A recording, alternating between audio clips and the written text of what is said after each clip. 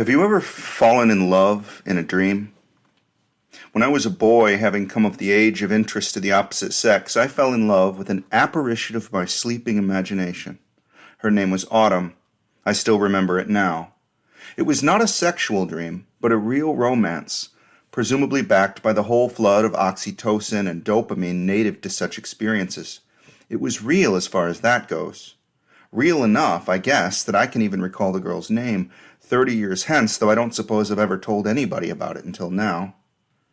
What happens in the brain while it dreams is not very different from what would happen if the real waking circumstances matched those of the dream experience.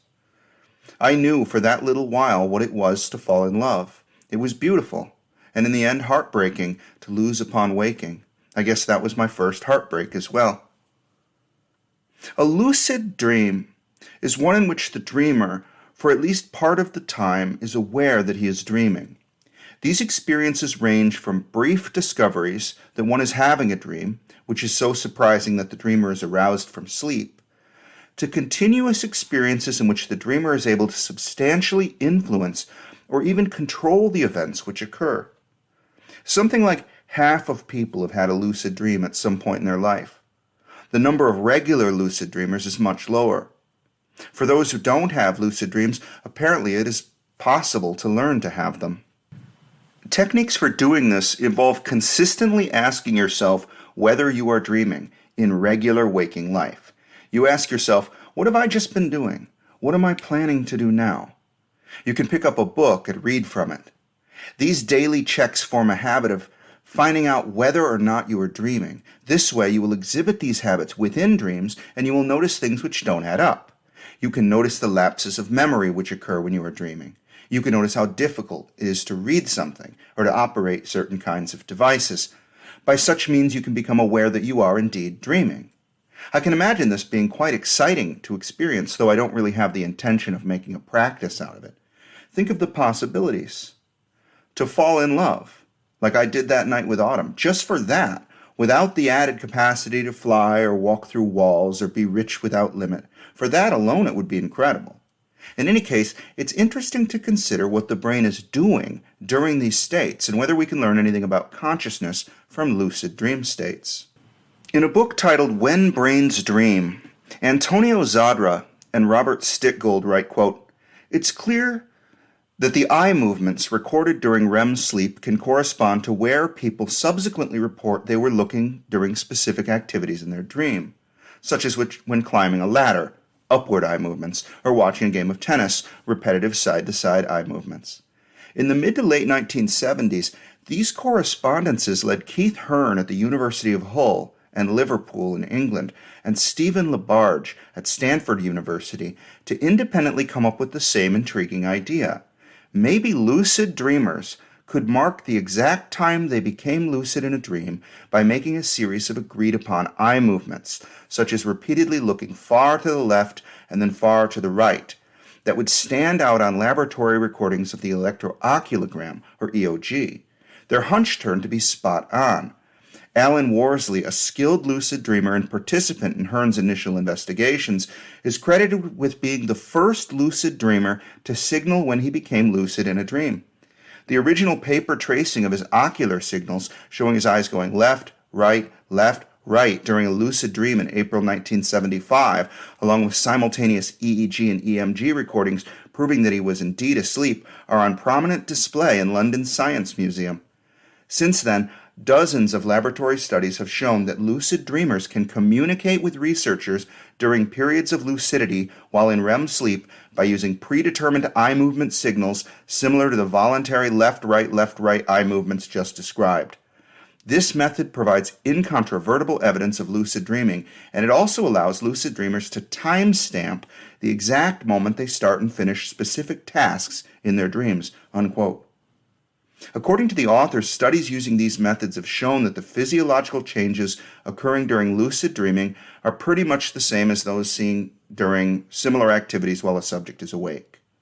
They write, quote, "When brains dream lucidly, frontal regions that are associated with self-reflective awareness during waking, but that are normally turned off during REM sleep, become more active. In fact, the communication among these frontal regions during lucid dreaming is increased to levels similar to those seen in waking. But does becoming lucid lead to these changes in brain activity, or vice versa? At least one study suggests that it's the changes in brain activity that cause lucidity to develop. The study, led by Benjamin Baird in Giulio Tononi's laboratory at the University of Wisconsin-Madison, found that compared to a matched control group of non-lucid dreamers, individuals who reported at least 3 or 4 lucid dreams a week showed increased activity in frontal brain regions even when they were awake, resting with their eyes open.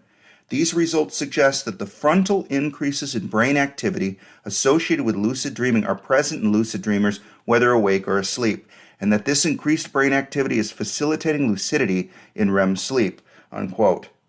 Despite this, efforts to use exogenous stimulation by, for example, transcranial magnetic stimulation haven't been very effective in inducing lucid dreams. In my opinion, that might be due to uncertainty about just which circuits should be targeted. Think about what these studies mean.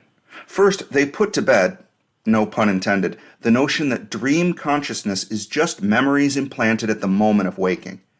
These experiences, when they are lucid, can have their timing and duration marked out by the researcher's clock. I'd like to see if the duration of a dream episode, according to the dreamer's subjective experience, is objectively longer or shorter than the same episode playing out while awake. I'd also like to know the limits of what can and can't be done in dreams, and why. I'm often frustrated in dreams by the lapses in memory, for example. I will suddenly become aware that I have some important thing to do, and I'll be overwhelmed and confused as I try to accomplish it against all odds. Then some new realization will be added. Oh no, I forget about such and such. Hell, a dream is like a difficult drug experience. Everything is confused and stressful. Probably that is not because of the dream's content. It's because the frontal cortex isn't working properly, so we have no control over our attention and cognition. The lucid dreamer has solved some of the confusion, but his cognitive abilities are still out of order. He is aware that he is dreaming, but nevertheless under the influence of something drug-like. Part of what is lacking, I would think, would be related to short-term or working memory. A person can normally hold about 7 digits in mind at once, for example. If working memory mechanisms are not online, perhaps this number is only, say, 2 or 3 during an episode of REM sleep. If that's the case, could experiments be contrived to demonstrate it using lucid dreamers? The neurochemical distinctions between waking states and REM might hold a key. The following introductory passage is from a paper in Science Advances called Locus, coeruleus, norepinephrine activity mediate sensory-evoked awakenings from sleep. Hanna Hayat et al. Write, quote, wakefulness is supported by a number of subcortical wake-promoting neuromodulatory systems.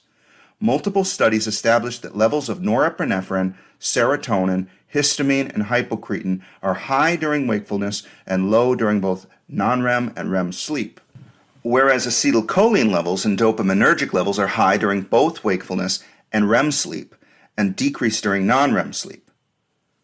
Recent studies established a causal relationship between neuromodulatory activity and awakenings. For example, optogenetic activation of hypocretin neurons in the lateral hypothalamus, noradrenergic neurons in the locus coeruleus, and dopaminergic neurons in the dorsal RAF nuclei increases the probability of sleep-to-wake transitions, unquote. So dopamine and acetylcholine are working their magic during REM sleep, but not norepinephrine and serotonin. Probably these neurochemicals are important for attentional and working memory processes, especially norepinephrine. Both dopamine and norepinephrine are important for learning and memory. Maybe the absence of norepinephrine accounts for decreased capacity to read, do math, solve complex problems, and operate devices in the dream state. It's disconcerting to me that events in dreams tend to be intense and emotional, the kinds of things that should stick with you. If something extraordinary happened to me, something really embarrassing or terrifying, something monumental or adventurous, how could the memory of it so easily slip away? I often feel like I've just been dreaming when I awaken, but I can't put my finger on what it was. Weirdly, I might suddenly have a glimpse of it, and just as quickly as I think, oh yeah, now I remember, the memory is gone and I can't access it anymore. Obviously, there are some cognitive mechanisms which are not operational during REM sleep. There's a loss of function taking place, like being under the influence of a narcotic. Understanding this could be really important to the study of phenomenal consciousness and its neurological basis. The reason I think this is that the characteristics of consciousness, as we know them, are necessarily based upon the form of human experience. So I've said that consciousness has this set of characteristics. 1, it is a unified composition of contents. Consciousness always has content. 2, conscious contents are specific and meaningful. A certain sound is different from another sound. A certain thought or feeling is different from any other thought or feeling. 3, conscious contents exist from a point of view. 4, consciousness is temporally continuous. And 5, consciousness is limited and coherent. At any given time, most things that could be conscious are not.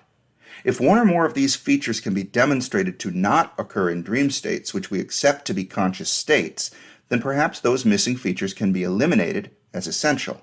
In other words, we can get closer to an understanding of primary consciousness. Continuity in time? I would argue that continuity in time is still there, but there is definitely an amnesia effect at play. Even severe amnesiacs have short, coherent experiences lasting as much as a minute. That qualifies as continuous for the purpose of describing consciousness. An important question is this: does the amnesia we experience when dreaming and when we awaken from dreams occur because relevant networks in the brain are being actively suppressed? If this is the case, the implication is that we are not really meant to remember our dreams. They serve some function in reorganizing the network or consolidating memory or in supporting associative learning, but it's only by accident that we come along on some of the adventures. A central thesis of this book by Zadra and Stickgold is that dreaming is a kind of memory processing which only occurs during sleep. The processing tries to extract new knowledge by exploring weak associations. In waking cognition, it is necessary to focus on the most obvious and strongest associations in order to take appropriate action. But in dreams, bizarre and unlikely associations can be played out in the network. Perhaps the experience of dreaming is just a side effect of this memory processing. In order to ensure that we do not take these dreams for real episodes, the brain is put into a state of amnesia. Mostly, this effectively suppresses memory, but on occasion, we remember the dream. Even then, though, the dream memory is strange, distant, like a movie we once saw, rather than something significant that just happened to us. Presumably, during studies with lucid dreamers, the subjects are woken up and asked what they've just been dreaming. Dream studies generally work that way, and subjects can usually tell you what they've been experiencing if you prompt them to do it right away. My question now is this: does lucidity in dreaming cause the dreams to be more easily remembered? Do the experiences in lucid dreams register as more concrete and memorable? If not, then I think we can draw conclusions about dreams in general by utilizing lucid dreamers as subjects. But if so, if lucid dreams do not follow the same rules as regular dreams, then they may amount to some kind of hybrid between the brain in REM sleep and the brain awake. Zadra and Stickgold explicitly say that reasoning is poor even in lucid dreaming.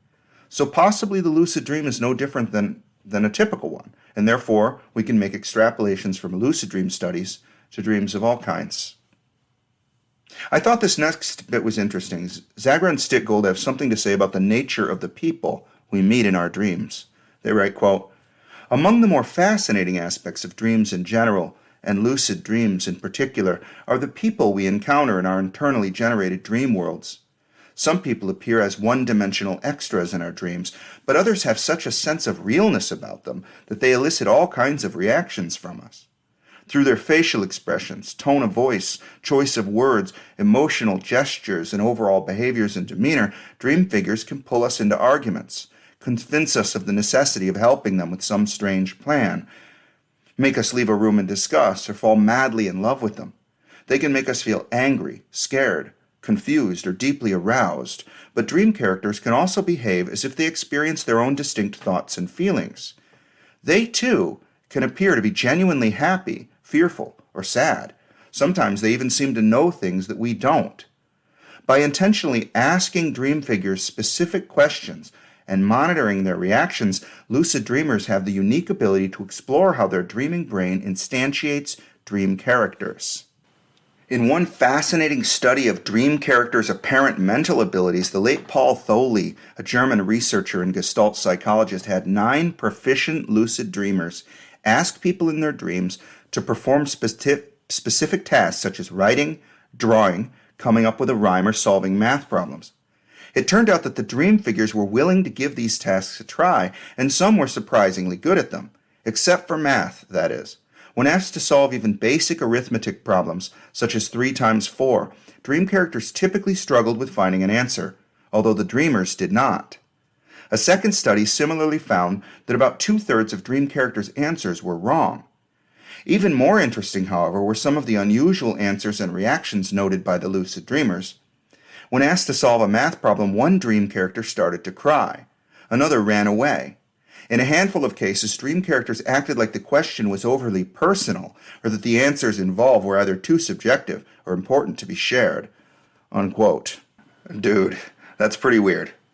The whole experiment is weird. In effect, the researchers studied anthropomorphic phantoms in the dreamers' minds as if they were just naturally existing phenomena to be investigated. The difficulty of the dream characters with math, even to a greater extent than the dreamer, that's compelling. It's possible that the characters in the dream are composed of network activities outside of the integrated conscious substrate. In some sense, are these characters genuine outsiders to be interacted with? Anyway, I never thought to have Autumn do sums. Maybe if I had, she would have run away from me.